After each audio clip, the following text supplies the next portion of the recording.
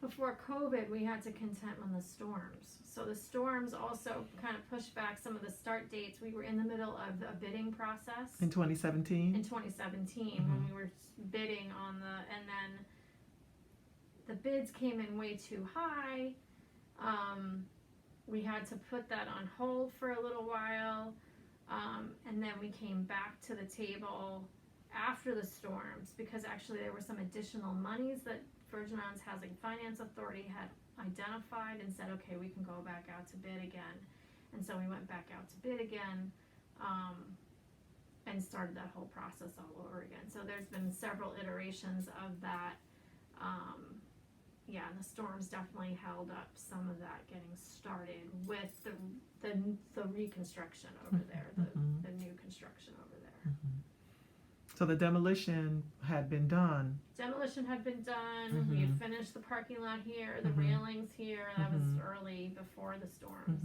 And the demolition was done before the storms as well. Okay. But getting onto the construction part. Getting onto the construction part was a little bit more difficult about, again, identifying the funds that would be needed to finish the project.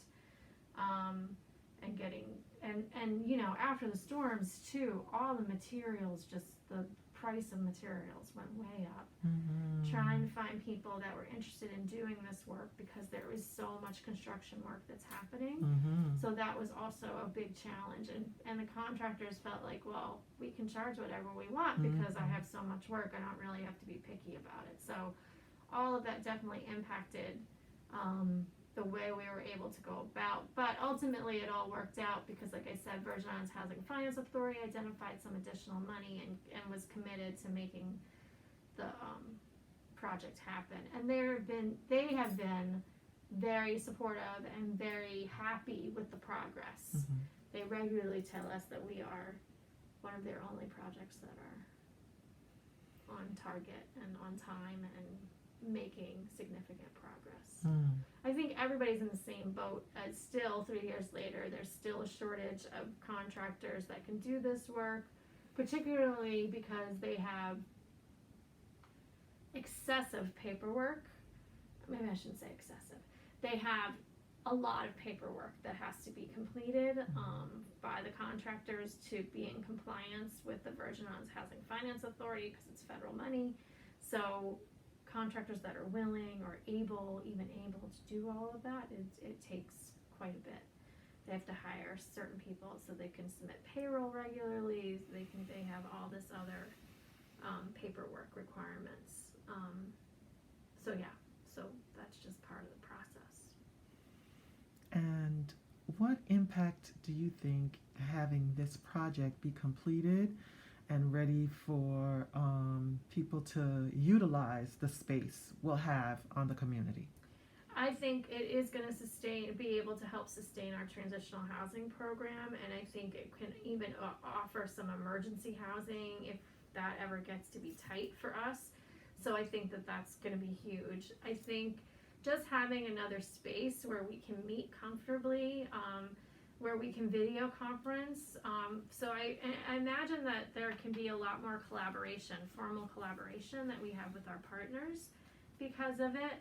And I think that it just also shows the commitment of the Women's Coalition to keep kind of moving things forward and, you know, being dedicated to our services and to the community.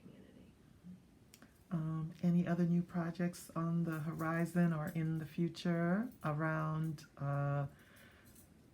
capital campaigns? Stuff? I mean, I would love, we have things around here that we need to finish. So we have our shutters that hopefully will be happening in the next, for new shutters for both Crisis Center and for the shelter. We have our railings that we need to be put back up, so we're in the works of those. You know, we have ongoing maintenance that we're trying to make happen at all of our sites. I don't know, who knows? One day maybe we'll have, the only site right now that you know, Closet to Closet is a donated site. Maybe someday that can be a site that the Women's Coalition actually owns. Okay, so dreams around capital projects would be to own permanent home for our thrift store. Permanent home for the thrift store. Ongoing repairs and maintenance to all of the buildings. Repairs and maintenance to all of the building. You know, we have talked before about maybe opening up a space in Frederickstead to have a crisis center, like not necessarily, I don't know if we would build something. So maybe I'll take that back as far as a capital project. I don't know, maybe additional housing, transitional housing units, might be something. Okay. Any other dreams for the coalition? I have all sorts of dreams, not necessarily related to capital stuff. No, aside from capital. No, let's just leave it at there right now. You want to leave it at capital? Yeah. Okay. What else do I want to say? Okay, the 40th anniversary of the coalition is in 2021. Yeah. So having this new space be ready to... Would be amazing. Yeah, would be awesome. Do you see the coalition moving in a different direction in any way? I know we've been doing a lot of things that are not necessarily specific to our mission, but are interconnected simply because of what domestic violence and sexual violence means, right? So do you see our focus revolving more around one aspect of it more than the other, or are we still just moving and adapting and evolving to meet the needs of the community? I definitely think we're just evolving to meet the needs of the community. I think we have some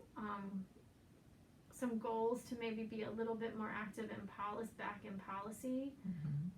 So to strengthen policies and procedures when it comes to, and have a voice in that, and really active voice to work with our partners on that. So I hope we've talked, we actually, one of the things that we've always talked about is maybe having like a family, what is it called? A family advocacy center where we may do some supervised visitation work with children. So that's always something kind of in our back of our heads, looking at different things. I think also maybe expanding or strengthening our services when it comes to special populations. So really thinking critically about how do our services reach people with disabilities, and how do we make that more accessible to them? How are we reaching the LGBTQ community? And are our services competent when it comes to reaching those populations? So I see us doing more work, deliberative work, in trying to make sure those vulnerable populations are served through all of our services. I hope that's what we're working towards. Thank you. And using art